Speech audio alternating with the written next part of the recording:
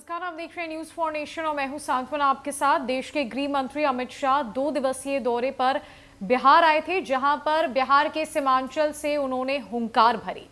जन भावना रैली को संबोधित करते हुए कई बार उन्होंने लालू और नीतीश का नाम लेकर बिहार की महागठबंधन सरकार पर कई तरह के आरोप लगाए, कई तरह के सवाल किए।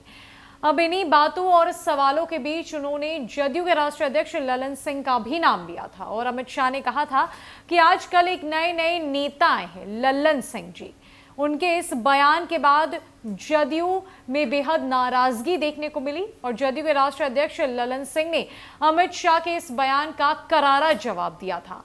ललन सिंह ने अमित शाह को कहा था कि वो जब 10 साल के थे तब से ललन सिंह राजनीति कर रहे हैं। ऐसे में ललन सिंह का कहना था कि 1974 से वो राजनीति शुरू कर चुके हैं। छात्र आंदोलन उनका संघर्ष रहा है और उन्होंने अमित शाह से ये पूछा था कि आप बताएं कि आपने राजनीति की कब शुरुआत की, कि आपने राजनीति में कोई संघर्ष देखा है।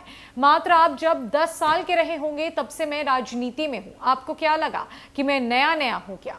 इस बयानबाजी के बीच अब बीजेपी बौखलाई हुई नजर आ रही है। ललन सिंह के दिए हुए बयान के बाद बीजेपी के तरफ से बीजेपी के राज्यसभा सांसद सह बिहार के पूर्व उप मुख्यमंत्री सुशील कुमार मोदी ने ललन सिंह पर कटाक्ष किया है।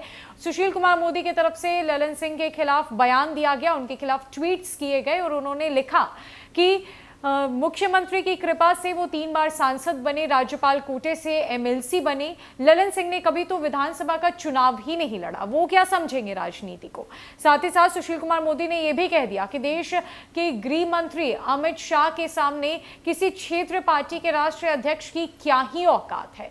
सुशील कुमार मोदी के द्वारा दिए गए इन बयानों के बाद अब ललन सिंह के तरफ से सुशील कुमार मोदी के ऊपर कई तरह के सवाल दागे गए हैं। सुशील कुमार मोदी को लेकर ललन सिंह ने उनसे तथ्यों के बारे में जानकारी लेने की बात कही और कहा है कि सुशील कुमार मोदी जी, आप तथ्यों का जवाब तथ्यों से ही दीजिए। क्या कुछ ललन सिंह ने लिखा है, सुशील कुमार मोदी पर क्या कुछ उन्होंने सवाल किए हैं, हम आपको एक एक करके वो सारे सवाल दिखवाते हैं। तो जैसा कि आप स्क्रीन पर देख सकते हैं, ललन सिंह के द्वारा कई तरह के सवाल सुशील कुमार मोदी के खिलाफ दागे गए हैं। उन्होंने लिखा है, श्री सुशील कुमार मोदी जी, तथ्यों का जवाब तथ्यों से दीजिए। पहले सवाल में उन्होंने पूछा है, गृह मंत्री श्री अमित शाह जी ने साल 2020 के चुनाव में साजिश किया था या नहीं। दूसरे सवाल में लिखा है, IRCTC आरोप पत्र 2017 में दायर हुआ था या नहीं, यदि हाँ तो 2022 तक क्या हुआ उसका? कुछ नहीं हुआ तो क्या ये साजिश नहीं थी?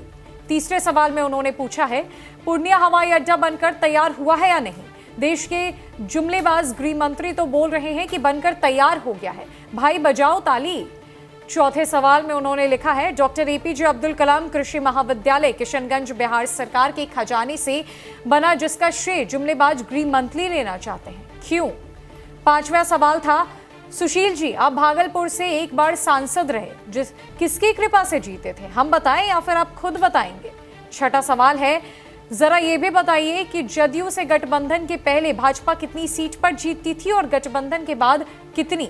बौखलाइए मत, 2024 में पता चल जाएगा, आंसू बहाने के लायक भी नहीं रहिएगा। सातवां सवाल, मेरी व्याकुलता मंत्री बनने में नहीं बल्कि पार्टी को बचाने में थी, जिसके खिलाफ आप लोग षड्यंत्र रच रहे थे। मंत्री बनना जिनके जीवन की अंतिम इच्छा थी, उनको आप लोगों ने अपना साथ मिलाकर जदयू को खत्म करने का षड्यंत्र किया, क्या ये सत्य नहीं है? 2005 में जब सरकार बन रही थी, उस समय उप मुख्यमंत्री बनने की आपकी जो व्याकुलता थी, हम बताएं या फिर आप बताएंगे। नौवां सवाल, आप चिंता मत कीजिए, साल 2024 का चुनाव भाजपा मुक्त भारत के नारे से भी जीत कर दिखाएंगे। 10वां सवाल, अगर जानकारी नहीं है तो RSS के श्री अनिल ठाकुर जी से पूछ लीजिए कि साल 2020 का चुनाव आपके शिष्य कैसे जीते।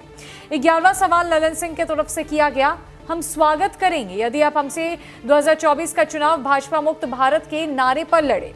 12वां सवाल सुशील कुमार मोदी से किया गया, क्या मैं आपको यह भी बताऊं कि साल 2004 से साल 2019 के चुनाव में भाजपा के कार्यकर्ता आपके इशारे पर क्या कर रहे थे, उसके बावजूद भी मैं जीता, साक्ष्य है मेरे पास, मैं बता दूंगा।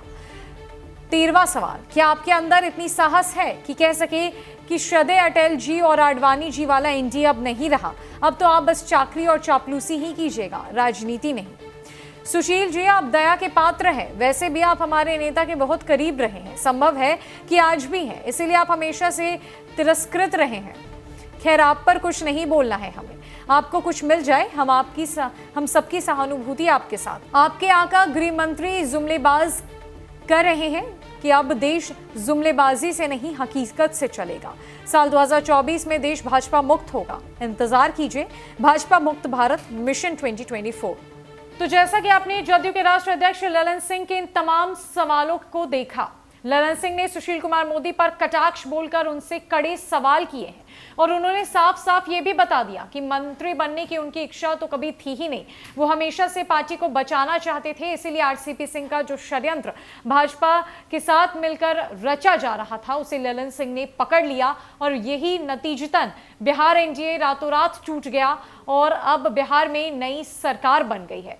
सुशील कुमार मोदी के बारे में ललन सिंह ने यह भी कहा कि उनकी सहानुभूति सुशील कुमार मोदी के साथ है। उनके साथ उनकी ये बातें हैं कि उन्हें कुछ राजनीति में मिल जाए, क्योंकि चापलूसी करने से कुछ भी नहीं होगा। फिलहाल के लिए इस अपडेट में इतना ही। नमस्कार।